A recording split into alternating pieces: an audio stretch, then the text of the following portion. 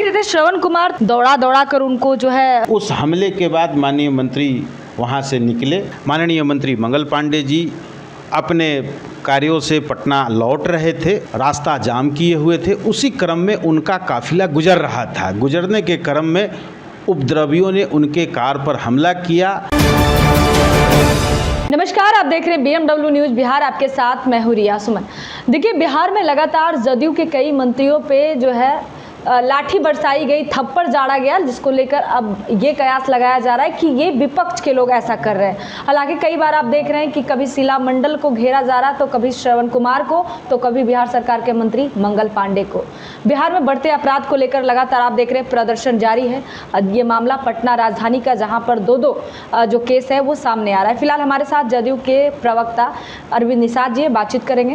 कैसे देखते हैं, आखिर क्या वजह रही कि जदयू के कई मंत्रियों को थप्पड़ झाड़ा जा रहा है, लोग घेर रहे हैं, आखिर वजह क्या है?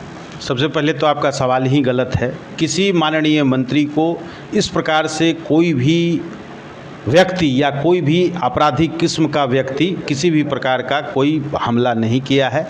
माननीय मंत्री मंगल पांडे जी अपने कार्यों से पटना लौट रहे थे। उसी लौटने के क्रम में मैरिन ड्राइव पर कुछ लोग रास्ता जाम किए हुए थे। उसी क्रम में उनका काफिला गुजर रहा था। गुजरने के क्रम में उपद्रवियों ने उनके कार पर हमला किया। तत्पश्चात पुलिस ने कार्रवाई करते हुए इंद्रपुरी इलाके के वार्ड पार्षद को गिरफ्तार किया। चूँकि पूरे मामले की जांच के तहकीकात में उस वार्ड पार्षद की संलिप्तता पाई गई और वार्ड पार्षद को तत्काल गिरफ्तार किया गया। उसके बाद वहां पर जिनको अपने संसाधन से, पैसा से, गाड़ी से मदद कर पहुंचाया गया था मैरिन ड्राइव पर, एक अधिवक्ता महोदय ने उस सभी कामों में सहयोग किया था, उनको भी गिरफ्तार पुलिस ने कर लिया है। कानून को हाथ में लेने का अधिकार किसी को नहीं है। पुलिस बहुत ही मुस्तैदी के साथ, पूरी गंभीरता के साथ काम कर रही है और उस घटना में शामिल सभी व्यक्तियों को लगभग गिरफ्तार किया जा चुका है। लेकिन आप देख रहे थे श्रवण कुमार तकरीबन अपनी गाड़ी और सिक्योरिटी को छोड़ 1 किलोमीटर पैदल चलना पड़ा उनको, जनता पीछे पड़ी थी, दौड़ा दौड़ा कर उनको जो है परेशान किया गया। तो आपको अब नहीं लग रहा है कि वो अब शासनकाल नहीं बचा है, जिसमें अब मंत्री भी सुरक्षित नहीं है? बहुत बढ़िया से शासन चल रहा है।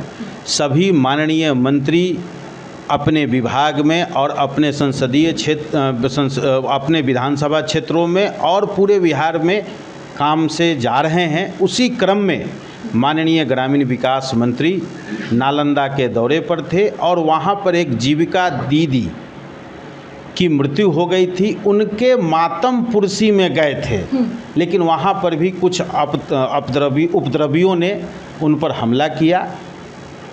उस हमले के बाद माननीय मंत्री वहां से निकले और उस घटना में शामिल अपराधियों को पुलिस ने कार्रवाई करते हुए गिरफ्तार कर लिया है।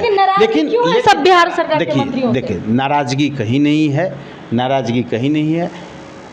वैसे सभी जगहों पर राजनीतिक लाभ लेने के लिए, जैसे यहाँ मैंने बताया कि वार्ड पार्षद अपने राजनीतिक लाभ लेने के लिए, पुलिस की जांच में सारे तथ्य सबूत सामने आ गए हैं। मोबाइल का जो बातचीत भी सामने आ गया है। उनका जो रिकॉर्ड है वह भी रिकॉर्ड सामने आ गया है। विधानसभा चुनाव में कैसे लाभ लिया जाए, इसके लिए वो काम कर रहे थे। माननीय मंत्री जी के साथ, श्रवण जी के साथ भी वहाँ के तथाकथित असामाजिक तत्व के लोगों ने भी किसी के बहकावे में आकर के इस तरह का काम किया था।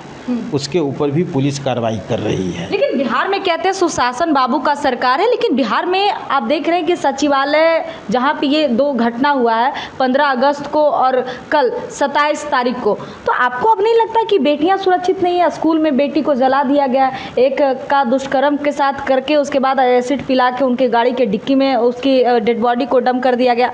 अब आपको नहीं लगता है कि ये नहीं बचा है सुशासन बाबू? नहीं, सुशासन बाबू की ही सरकार है, अच्छे तरीके से सरकार चल रही है। तो क्राइम क्यों? जिन घटना का जिक्र आपने किया है, इसके पहले भी अन्य इस तरह की घटनाएं घटित हुई हैं।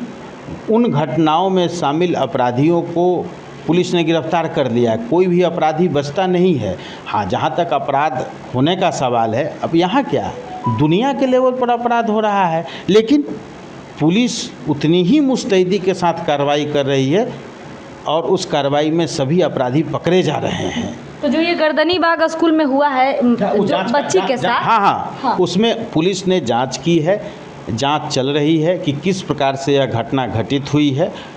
पुलिस गहराई से पूरे मसले पर जांच कर रही है। जांचोपरांत जो भी फैक्ट आएगा उसके बाद हम लोग आपसे बातचीत करेंगे इस विषय पर। शिक्षा विभाग की सुधार को लेकर कई बार सवाल खड़े हो रहे हैं कि जब स्कूल अब सुरक्षित नहीं बचा है हमारी बेटियों के लिए तो वो कहाँ पढ़ने जाएंगे। जहाँ पर नीतीश कुमार कहते हैं एक तरफ बेटी पढ़ाओ बेटी बचाओ, तो जब बेटी 8-9 साल की टारगेट हो जा रही है तो फिर कैसे जनता भरोसा करे ऐसे सरकार पर। देखिए, पूरे राज्य में लाखों की संख्या में बच्चियां पढ़ रही हैं। सरकार के द्वारा दिए जा रहे छात्रवृत्ति योजनाओं के माध्यम से आगे की पढ़ाई कर रही हैं।